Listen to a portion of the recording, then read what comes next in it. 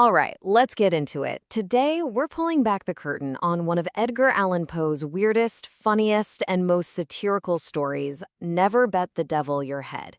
Seriously, this is a tale that kicks off with a complaint and wraps up with a punchline that is just, well, you'll see. Now, this quote right here, this is everything. It's the key that unlocks the entire story. Poe is basically setting up a giant, elaborate joke, and he's aiming it right at the critics of his time. He's saying, oh, you guys want a moral in everything? You're gonna find one no matter what? Fine, I'll give you a moral you can't possibly miss. So what was his beef exactly? Well, you have to remember, back in the 19th century, literary critics were completely obsessed with finding some deep, meaningful moral lesson in every single thing they read. And for Poe, who was a master of just creating a mood and atmosphere, he found this super frustrating. He just didn't think every story had to be a lecture. And this just shows you how absurd he thought it all was. He's openly mocking the critics by listing these ridiculous hidden meanings they were supposedly digging up. Finding a deep political message about sedition in a little poem about frogs and mice?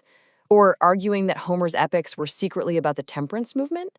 To Poe, it was insane. They were completely missing the point of just telling a good story. So what does he do? He decides to fight fire with fire. He's going to write a story specifically for these critics, a satirical gift, if you will, with the moral so painfully, literally obvious that it would just make their whole moral hunting crusade look completely foolish. And that brings us to our, well, I guess you'd call him a protagonist, our hero, Toby Dammit. From the moment this guy came into the world, he was, to put it lightly, a total disaster.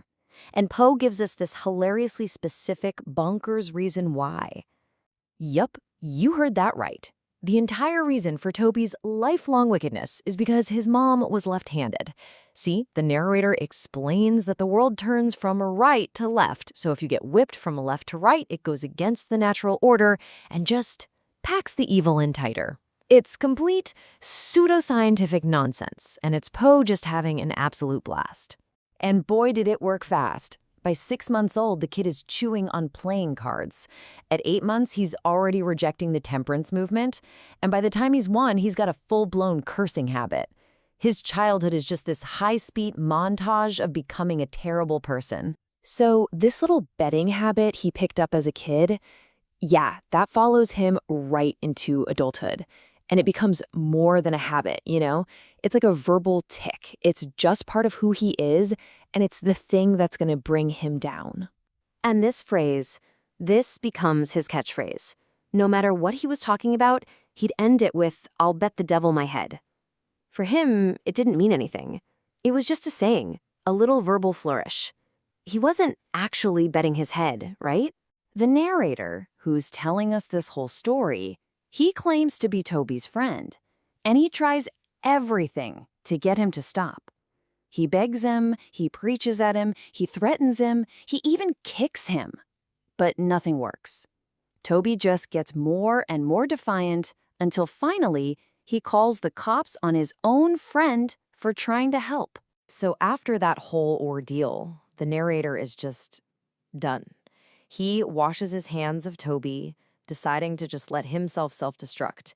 And it really doesn't take long for Toby's favorite phrase to finally, get put to the test. And the setting is classic Poe. It's dark, they're on this gloomy covered bridge. Toby is in this weirdly hyper-giddy mood, just skipping around and shouting. And as they get close to the end, they see their path is blocked by this big, tall turnstile. The narrator, ever the party pooper, tells Toby there's no way he can jump over that thing, and that's all it takes. Toby immediately fires back with his signature line, making what will turn out to be the very last bet of his life. And right then, at that exact moment, a little cough cuts through the air. It comes from a dark corner of the bridge. Uh-oh, somebody was listening. The bet has been heard. And out of the shadows limps this really strange little guy. He's old, he's wearing this neat black suit, a clean shirt, and this weird black silk apron. And his eyes are kind of rolled up in his head. It is a wonderfully creepy, bizarre image. Any guesses who this little gentleman might be? This guy doesn't just overhear the bet. He acts like he's there to officiate it. He politely accepts the wager on the devil's behalf, shakes Toby's hand, and even gives him a little pep talk and a running start. He's like this demonic referee, here to make sure the game is played fair and square. So the old man counts down, and right on cue, Toby takes off. He runs, he jumps, he sails perfectly over the turnstile. But then, somehow, he just comes crashing down hard, right back on the side he started from. The narrator runs over to see what happened, and he finds the awful, gruesome truth. Toby Dammit has lost his head, literally. It turns out the devil does, in fact, collect on his debts. So, after all that glorious, weird carnage, what's the big lesson here? Well, let's look at what happened next, because that's where Poe really ties this whole joke together. Turns out there was a big iron support beam right above the turnstile, perfectly placed to decapitate anyone who tried to jump it. Poe then throws in this dig at homeopathy, saying Toby might have survived if they'd just given him enough medicine. And for the final insult, when the Transcendentalists won't pay for the funeral, the narrator just digs up the body and sells it for dog meat. And there it is.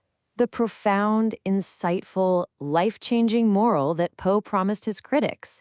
It's the title of the story, it's not a metaphor, it's not symbolism for some deeper truth. The moral is literally, do not bet your actual head to the devil because he might just show up and take it. And that brings us right back to the beginning, doesn't it? By giving them a moral that is so absurdly simple and literal, Poe isn't just telling a dark, funny story. He's holding a mirror up to the whole literary scene and saying, see how silly this search for meaning can be? So the real moral of the story isn't for us, the readers. It was for the critics. And that is the punchline.